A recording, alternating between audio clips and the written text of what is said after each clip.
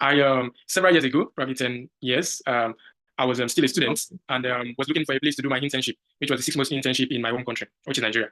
Right. Luckily enough, I found this company called Bincom and I applied and I got in as an intern. Right. The internship was about 6 months, very short, but I got the chance to be exposed to an actual industry, which was fintech at that time. I got the chance to work as a software engineer and I got the chance to meet some brilliant minds. And those relationships were beneficial to me later, which is very key in my story. Right. After my internship, I went back to school, of course, graduated, and then started my career in tech. Right. I worked as a tech software engineer for a period of time.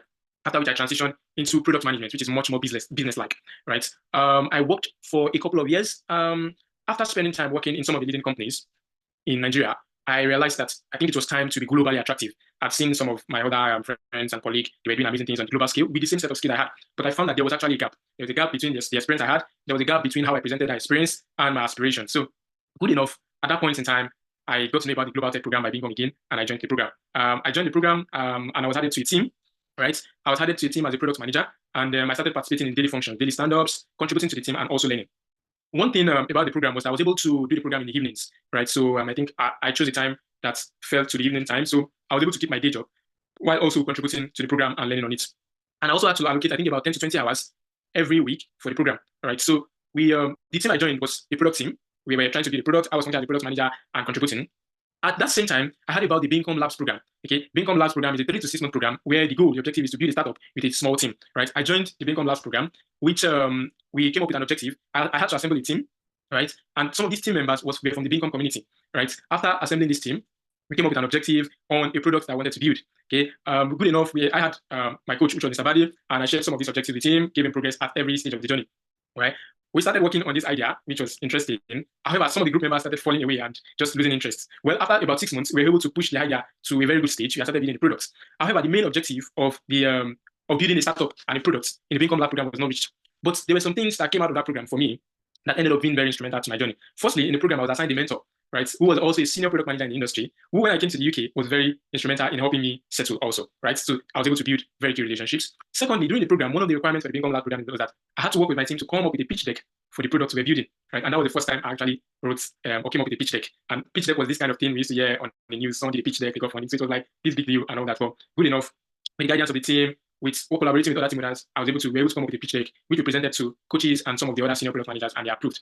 Right. For me, I was also lucky enough to be selected the leader in that Bincom Labs group. And what that means was I was able to gain some leadership experience, which was going to be very beneficial to me when I actually started building my products in the later stages of the journey. Right. Like I said, the main objective in the Bincom Labs program, it was quite challenging. We couldn't achieve the main objective in 3 to 6 months, but these other skills and these other learnings were very, very important to me and were very, very beneficial. And that was the second phase of my journey, Bincom Labs and all the learnings. At this stage, I started speaking with my coach.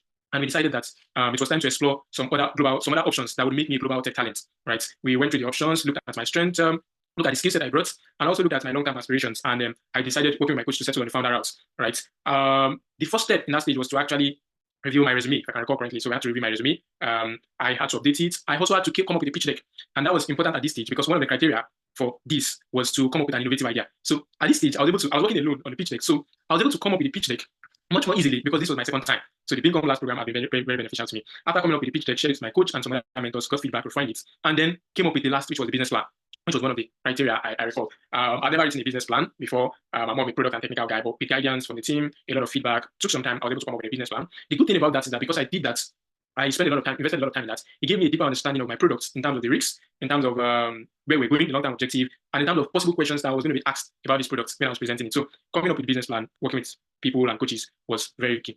After that, after coming up with all these requirements, I remember working with my coach, and then we decided to submit to the endorsing bodies. So part of the requirement for the founder route is that you're going to submit your idea to endorsing bodies, all this idea and all these artifacts to the endorsing bodies. So there was a list of endorsing bodies. We started going through them one after the other. There was a particular endorsing body that I worked with my coach, and we're quite optimistic about.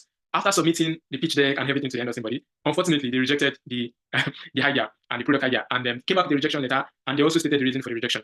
Good enough, working with my coach, Mr. Badi, he advised that I could actually respond to the rejection and just justify their concerns because the rejection came with a concern.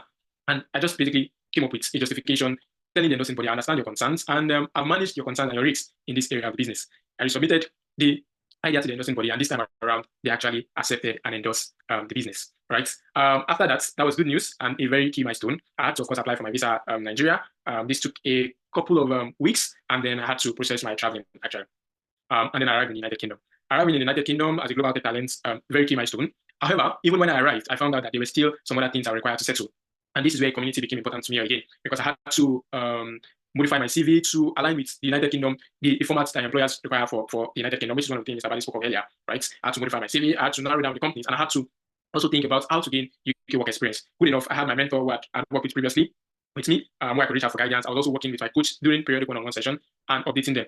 And I was able to walk through this process and even get a job opportunity, right? The good thing about the founder route is that while you're working on your business idea, you can also be working in a professional job. So, and that's what I've been doing for the past few months. And it's an interesting journey because for me, it's like a double win. You get the chance to work on something amazing and exciting and build it with a brilliant team. And you also get the chance to still keep gaining industry experience. And that's where I am at this stage. And I just hope to continue that journey. Yeah.